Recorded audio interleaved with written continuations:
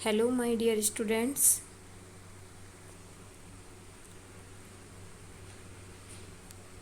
English Pathshala में आपका स्वागत है और आज हमारा टॉपिक है प्रीपोजिशन। बहुत ही इम्पोर्टेंट टॉपिक है ये इंग्लिश ग्रामर का, और इसमें हमें बहुत ज़्यादा कन्फ्यूजन रहती है कि हमें आखिर प्रीपोजिशन का यूज कहाँ करना है, कौन सा करेक्ट प्रीपोजिशन को हमें कहाँ पर यूज करना चाहिए। तो आइए आज इसी अंडरस्टैंडिंग को क्लियर करते हैं और अपना टॉपिक स्टार्ट करते हैं प्रीपोजिशन। सबसे पहले देखते हैं जो हमारा प्रीपोजिशन वर्ड है वो कैसे बना है। प्री और पोजीशन। प्री का मीन्स पहले और पोजीशन यानी कि किसी वर्ड की स्थिति या किसी वर्ड की पोजीशन क्या है। नाउन से पहले है, नाउन के बाद है, वर्ब से पहले है। ठीक है, तो हम आज ही वही चीज़ को हम पढ़ते हैं। आइए स्टार्ट करते हैं। सबसे पहले डेफिनेशन देखते हैं। जो शब्द किसी संज्ञा नाउन या प्रोनाउन के पहले आकर उसका संबंध किसी दूसरे शब्द से या किसी दूसरे नाउन या प्रोनाउन से बताते हैं वो हमारे क्या कहलाते हैं, प्रीपोजिशन कहलाते हैं। For example, Rita is in her room. तो यहाँ पर इन वर्ड जो है ये हमारा क्या है, preposition. The cat is on the mat. Cat क्या बता रही है, कैट का रिलेशन बता रही है।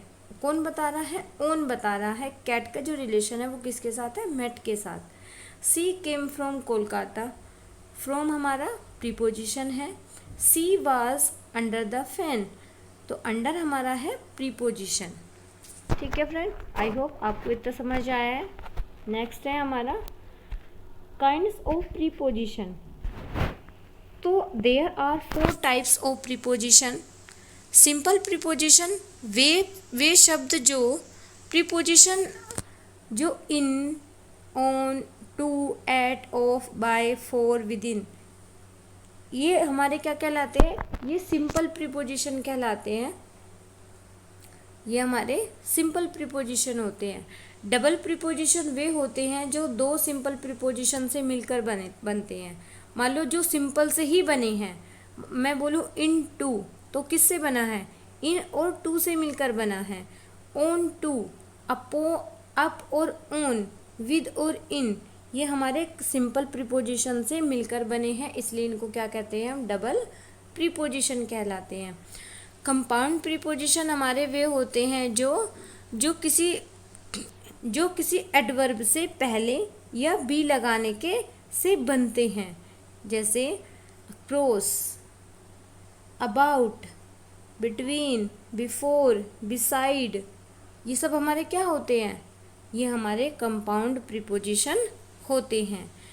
4th नंबर होते हैं हमारे फ्रेज। फ्रेज प्रीपोजिशन वो होते हैं जो अपने आप में एक सेंटेंस को लिए रहते हैं या अपना उनका एक मीनिंग होता है। ठीक है, तो उनको हम कहते हैं फ्रेज प्रीपोजिशन।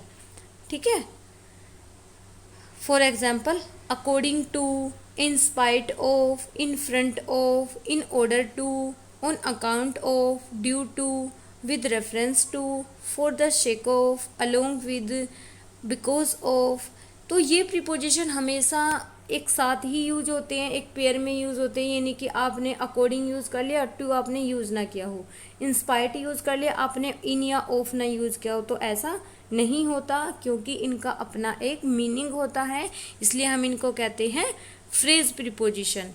ठीक है, कुछ एग्जाम्पल देखते हैं। फ्रेज जो हमारे फ्रेज प्रीपोजिशन होते हैं, according to her wish I gave her a mobile, कि उसकी इच्छा के अनुसार। तो ये अपने आप में क्या होते हैं, एक तरीके से एक सेंटेंस होते हैं जो हमें किसी पूरी नॉलेज कराते हैं। तो in spite of being ill, according to her wish. तो अकॉर्डिंग टू हमारा यहाँ पर क्या है, अकॉर्डिंग टू हमारा है यहाँ पर phrase preposition. In spite of being ill, बीमार होने के बावजूद, सी वेंट टू कॉलेज। तो इन स्पाइट ऑफ हमारा क्या है, फ्रेज प्रीपोजिशन। ऐसे ही सब यहाँ पर मोर एग्जाम्पल दिए हैं, जैसे bye means of, in the front of, ठीक है, on account of, on behalf of, तो ये सब हमारे क्या कहलाते हैं, ये हमारे फ्रेज प्रीपोजिशन कहलाते हैं।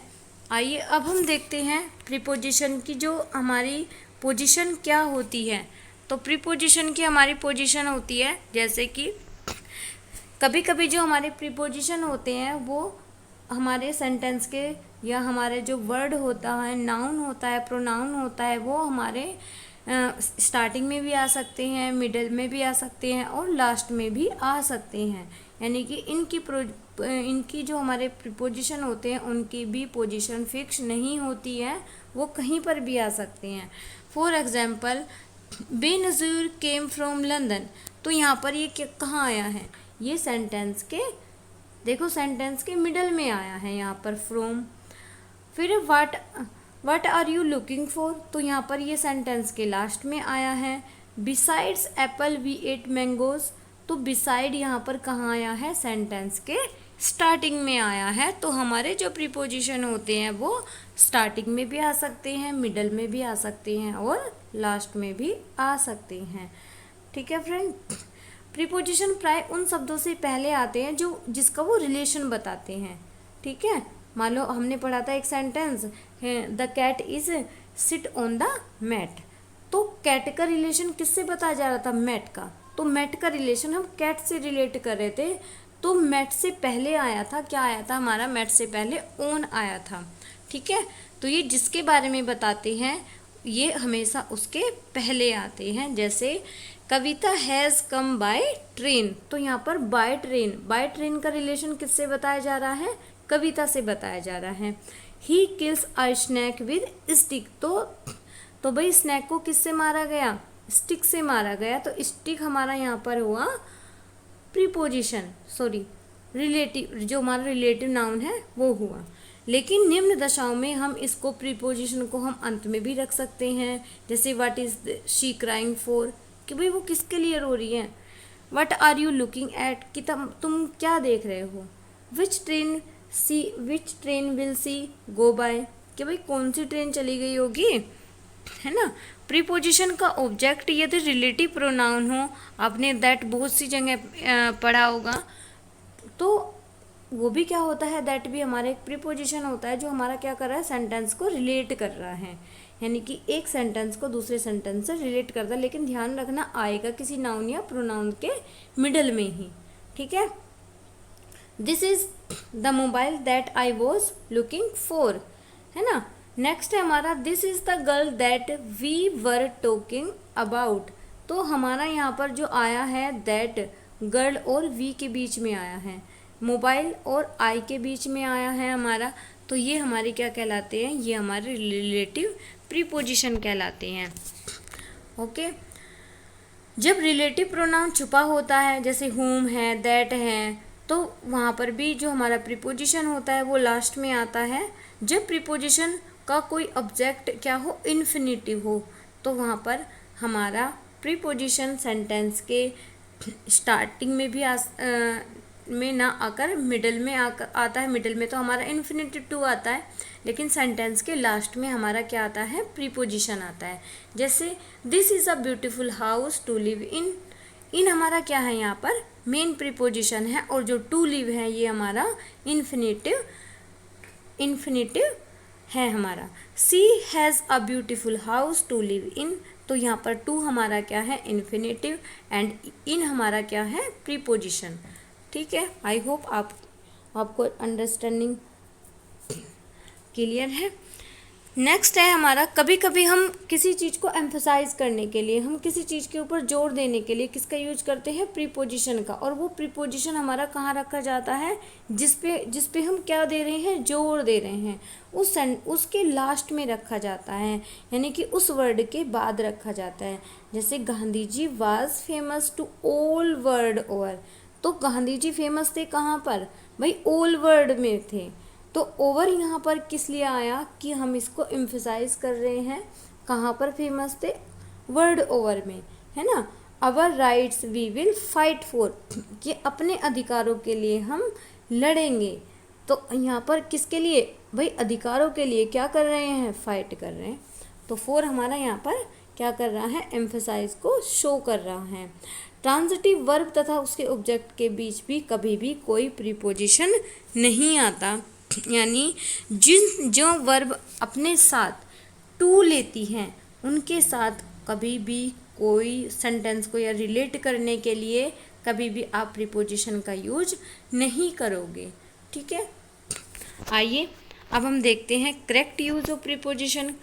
हमारे कुछ प्रीपोजिशन होते हैं जिनको हमें यूज़ करना होता है कि हमें उनको कहाँ यूज करना है।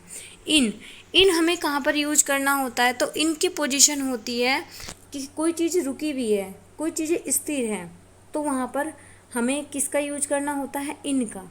लेकिन अगर कोई चीज़ मोशन में हो, गति में हो, कोई चीज़ रुक रुक कर चल रही हो या कूद कर चल रही हो, है ना, उछल रही हो, तो वहाँ पर हमें इनटू का यूज करना है।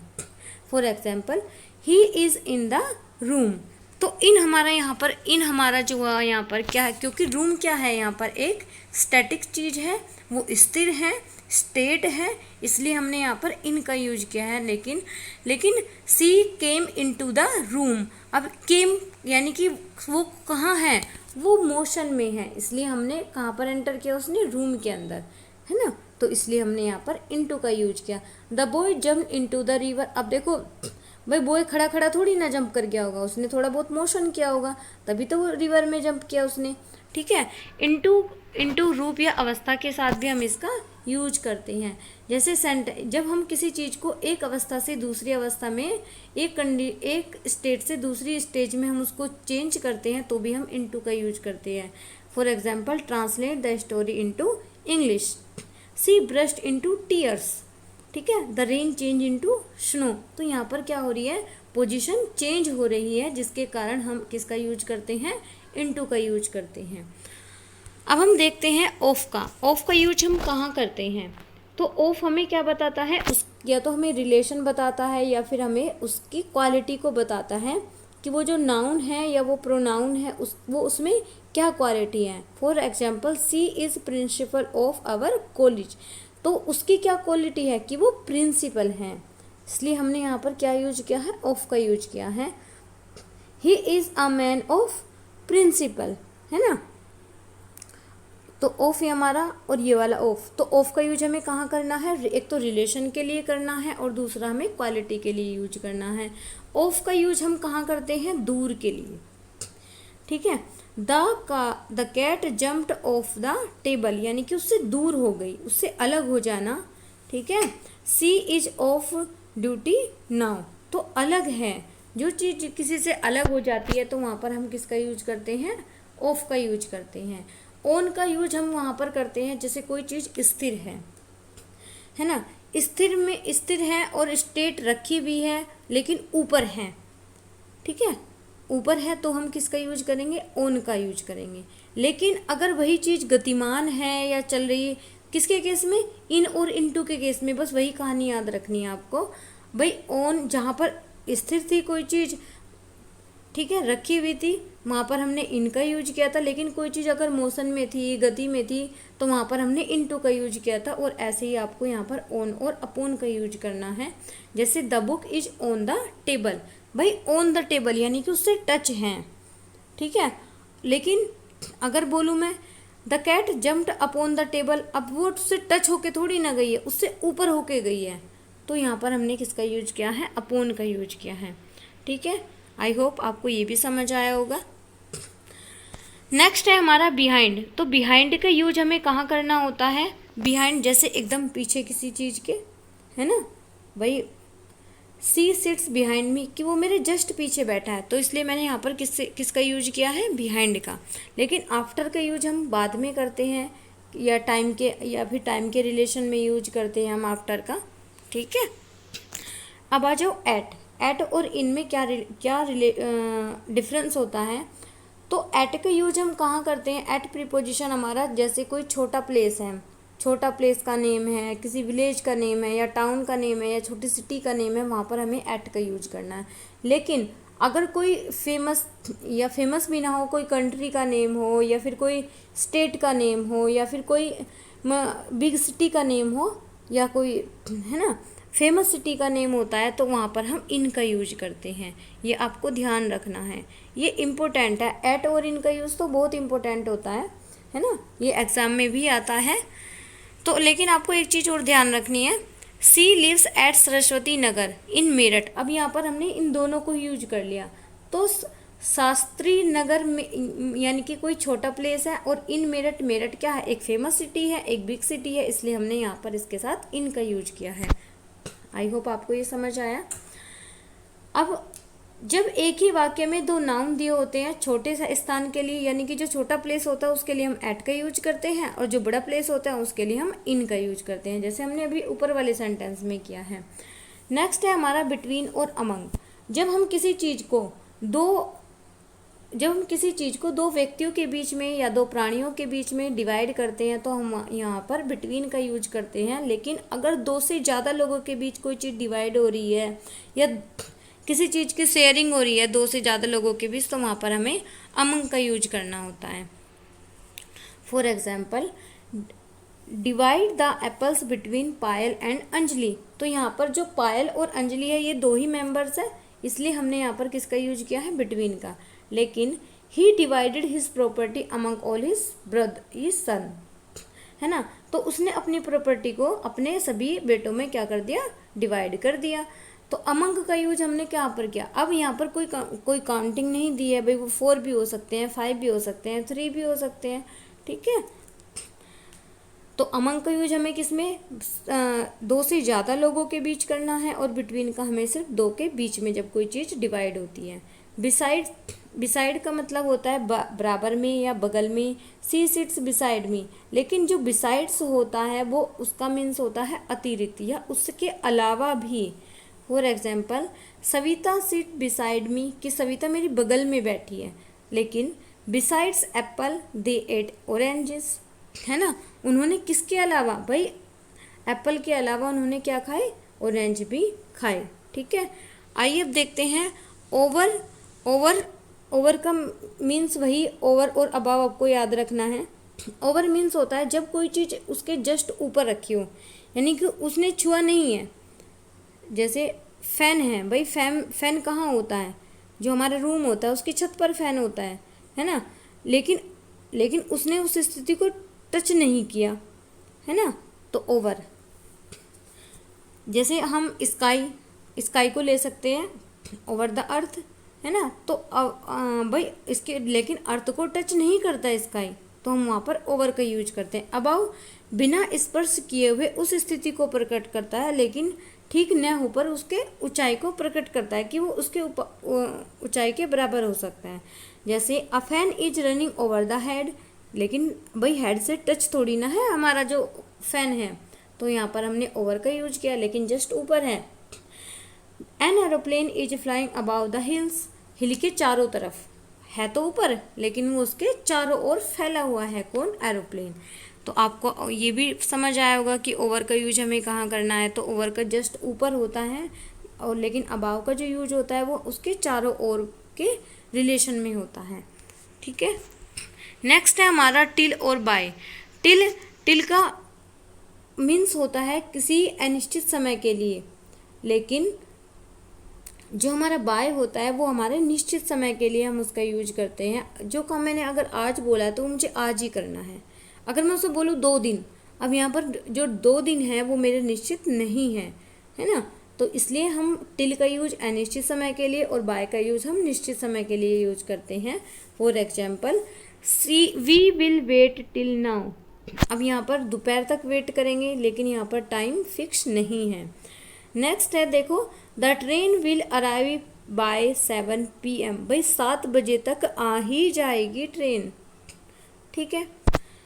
नेक्स्ट है हमारा विद। जब किसी यंत्र से हम कोई काम करते हैं, जैसे I cut these vegetables with knife, तो मैंने ये सब्जी किससे काटी, नाइफ से काटी। तो जब हम किसी इंस्ट्रूमेंट की बात करते हैं तो वहाँ पर हम किसका यूज करते हैं, वहाँ पर हम विद का यूज करते हैं, ठीक है। जैसे he kills I snake with stick, तो यहाँ पर हमारा इंस्ट्रूमेंट क्या है हमारा आर्म, हमारा स्टिक है, ठीक है। बाय, जब किसी साधन से जाएं, है ना, तो भी हम किसका यूज करते हैं, जैसे बाय बस, बाय ट्रेन, बाय कार, है ना, तो वहाँ पर हम किसी व्हीकल की बात कर रहे हैं, है ना, तो ट्रांसपोर्ट की बात कर रहे हैं, तो वहाँ पर हम किसका यूज करते हैं, बाय का यूज करते हैं। लेकिन जब हम बाय का यूज टाइम को बताने के लिए भी करते हैं, है ना, it is 5 o'clock bye my watch, है ना, मेरी घड़ी के अनुसार क्या बजे हैं, 5 बजे हैं। फ्रॉम से जब कोई चीज़ किसी स्थान से सेपरेट होती है तो हम वहाँ पर किसका यूज करते हैं, फ्रॉम का। जैसे बेनज़ीर केम्स फ्रॉम लंदन, तो वो कहाँ से आई है, लंदन से, यानी कि वो सेपरेट हो गई कहाँ से, लंदन से, है ना। The black bird flee from the sky, है ना, तो जो काला पक्षी था वो कहाँ से गिरा, स्काई से गिरा। तो स्काई हम, ये हमारा फ्रॉम क्या है, हमारा ये हमारा प्रीपोजिशन है जो हमें बताता है कि जब हम किसी प्लेस से क्या होते हैं, सेपरेट होते हैं, या किसी व्यक्ति से या किसी वस्तु से सेपरेट होते हैं, तो हम वहाँ पर किसका यूज करते हैं, फ्रॉम का। ठीक है। हम सोर्स बताने के लिए भी फ्रॉम का यूज करते हैं। We get light from the sun, है ना भाई, हम लाइट कहाँ से गेन कर रहे हैं, हम लाइट सन से गेन कर रहे हैं। तो शो हमारा फ्रॉम, हम किसी से के स्रोत के बारे में भी, जैसे the lines are from this novel, कि ये जो लाइन है ये कहाँ से ली गई है, ये नोवेल से ली गई है। सिंस का यूज आपको पता ही है, निश्चित समय के लिए यूज करते हैं, और फॉर का यूज हम अनिश्चित समय के लिए यूज करते हैं।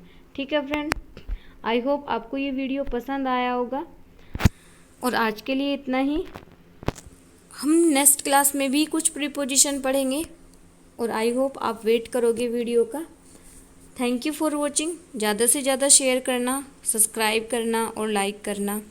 Thank you friend, take care and bye bye.